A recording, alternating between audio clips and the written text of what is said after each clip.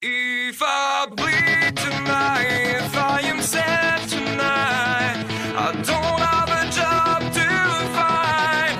And if I work tonight, if I'm so tired tonight, I'll fall asleep when I'm home.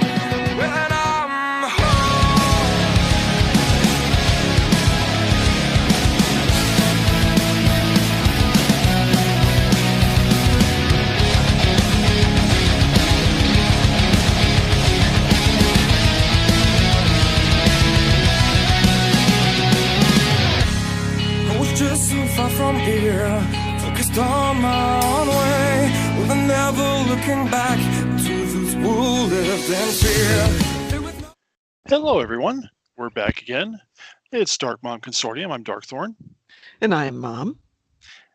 So you see how we got that name. Anyway, we as you saw from our last video, we started making ourselves an Andorian Tactical officer. Now we're going to go continue points in the fun part we can call Space Barbie. Absolutely. Space Barbie is not my forte, to be honest. I put them in an outfit and I'm happy to leave them there until the holidays when they can put on their holiday sweater or their swimsuits.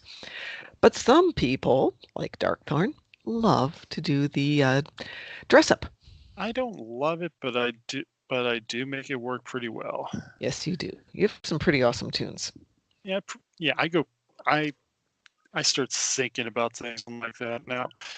Now, the real fact is we're going to be fairly limited in what we can do initially, but this will get you a walkthrough on how to do things. And as we get more and more options, we'll come back to this so you can see how you can take the basics and turn them into something that's unique in your character as opposed to anybody else's. And yeah, you can get super creative with some of this stuff. Yeah, I mean, literally yesterday I saw running around, it was a race out of a novel called A Brickar, which basically I would almost say the easiest way to say it is a thing in space. Yes. The Marvel Comics thing, not the Kurt Russell movie, The Thing, but yeah. So that would be pretty cool too. That'd be a lot easier, except I don't think we can get big old bloody whatever thing. What? No, it was Cronenberg style creatures coming out in STO. That'd be fun, but it'd be fun. It would be fun.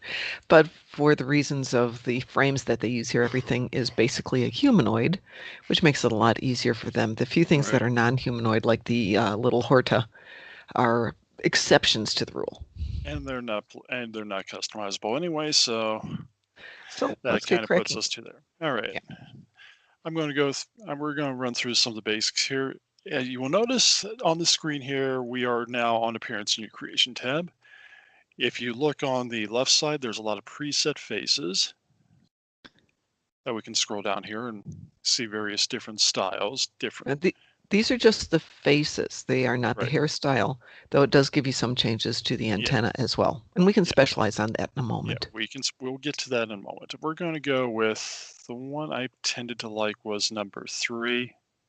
So we're going to go with number 3 here. And then just to go with other points, you can quickly do face color, skin colors, eye colors, and you can go down hairstyles on this side if you really felt like it. I kind of like that hairstyle. No. No? No. It works with the Andorian, strangely, though. It does, too. You realize as soon as I get control, she's getting a haircut. Yeah. As soon as you get control, you're probably going to end up looking like, let's see, your favorite... No, I'm just... That one worked, but that's me. That one? No, the one that's really short. Yeah, you do the really short.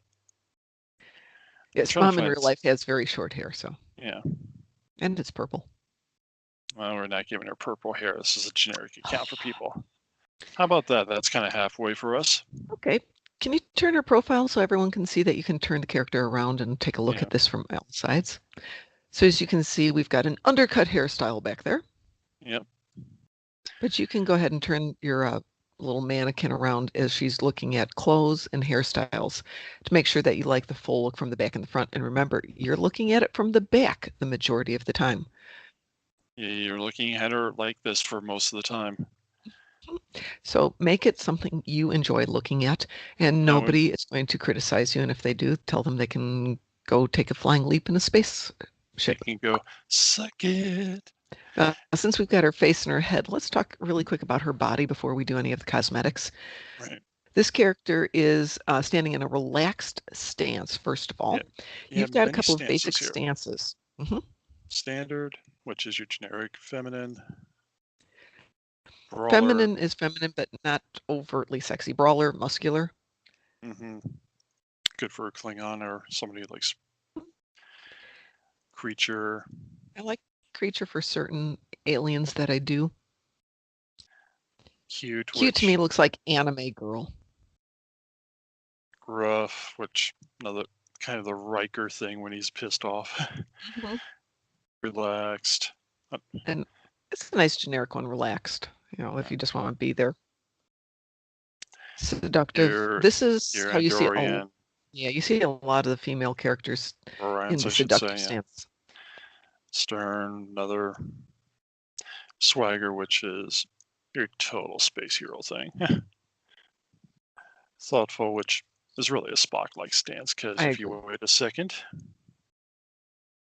there we go. You take the arms back there. Twitchy, which just twitchy. You kind of have to watch the face. There's a lot of short head motions. Right. Which is fine most of the time, but if you're doing a close-up on it, every now and then it'll be like, why did I pick twitchy? But you can always change them. Just go to the tailor and you can change stance. Yeah, we're going to go with feminine because it's basic. And yes, you can make males feminine. You can make women as the brawlers and the gruff and things like that. There's nothing gender specific. Now, the other thing that will be noticed, and this might make you change stances later, I noticed some stuff. If you're different stances, you get very different running postures. You run in very different manners. This is true, you do. Seductive and running is pretty hysterical.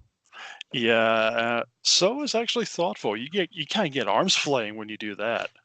So we've decided on a stance. Now the next thing you can look at is your character's height.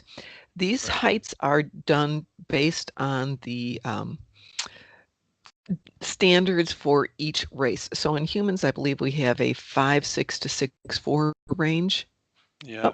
No, we go up to 6'6" on this one. Oh, that's Andorians, right? We go up to 6'6". We're Andorian. Yeah. We don't need a 6'6" female, so Frankies will be shorter. Frankies are shorter. Aliens have a huge range. You can go from anything very, very small to very, very large, just depending on what you want to do. Aliens have huge ranges because there is no standard. Yeah. So pick out anything you like. Most of my toons are about 5'10". All right. Which is not what I am, but that would be nice. You can dream. Yes. We're going to make her about 6 foot. Works for me.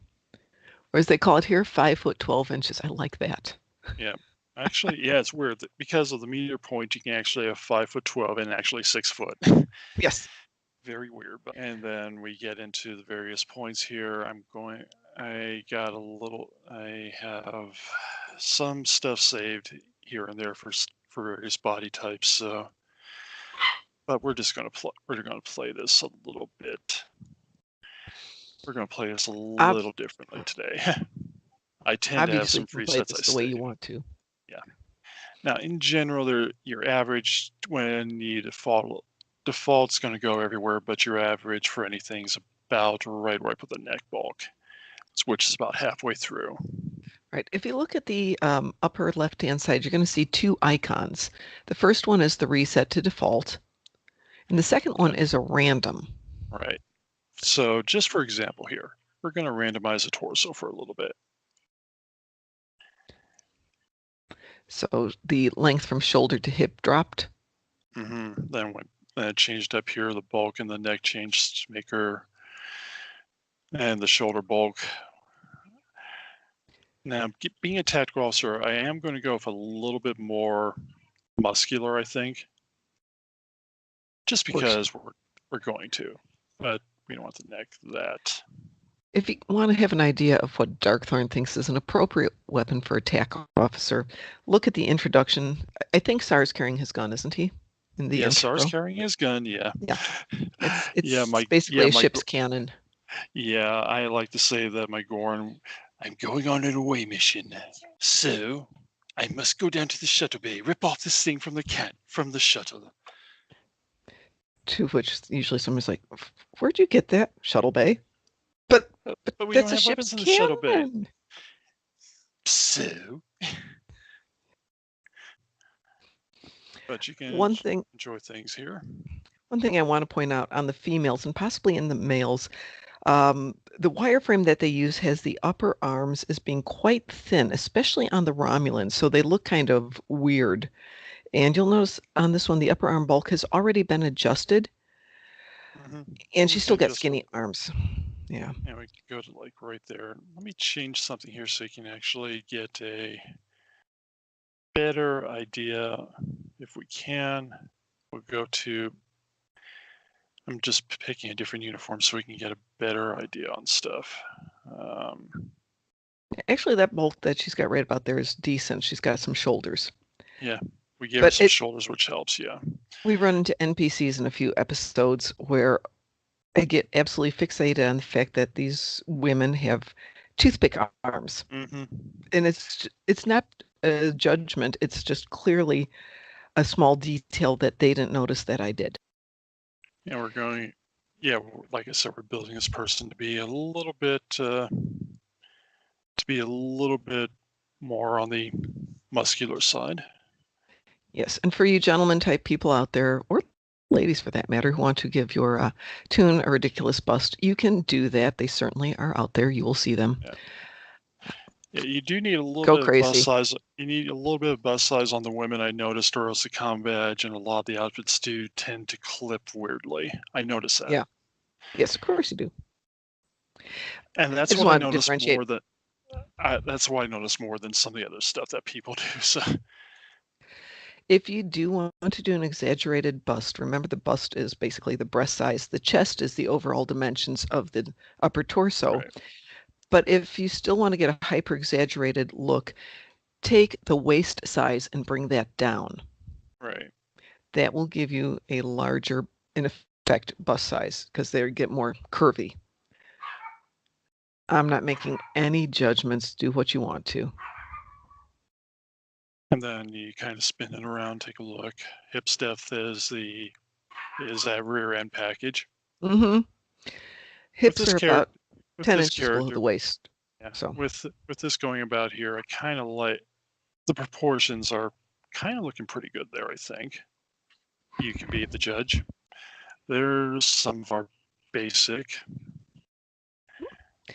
Go nuts, have fun. Once you find something you like, you can leave it right there.